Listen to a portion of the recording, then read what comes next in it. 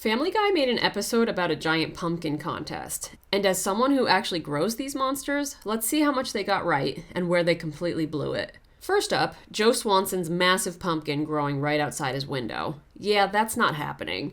A pumpkin that size doesn't grow on its own in a flower bed.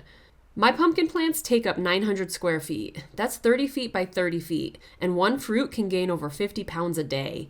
Next, Joe Swanson is polishing his pumpkin to make it shine. Some growers do buff their pumpkins with a cloth, but adding actual polish? That's against competition rules.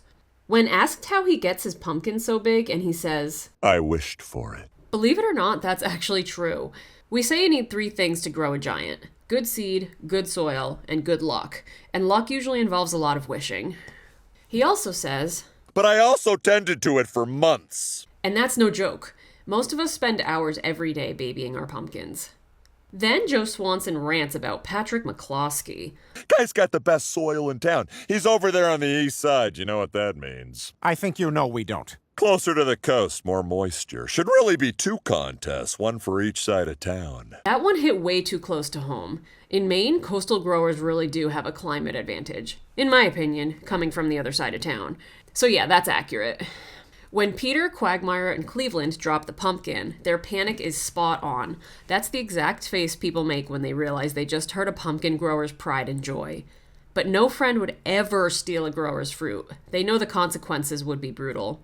Oh, and 3 guys lifting it? Not a chance. You need a forklift or a chain hoist for that.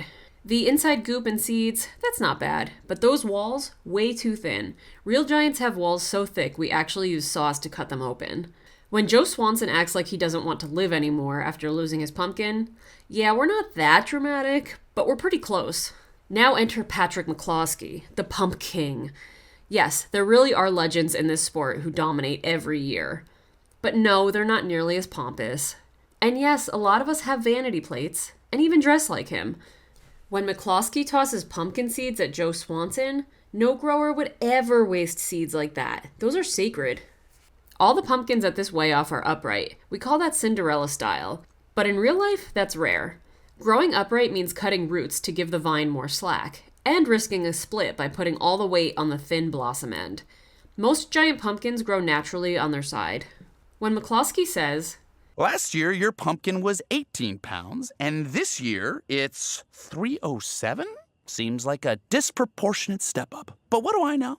Just almost every pumpkin thing there is. That part's actually believable. Many of us know exactly what our competitors grew. Weights, genetics, and all.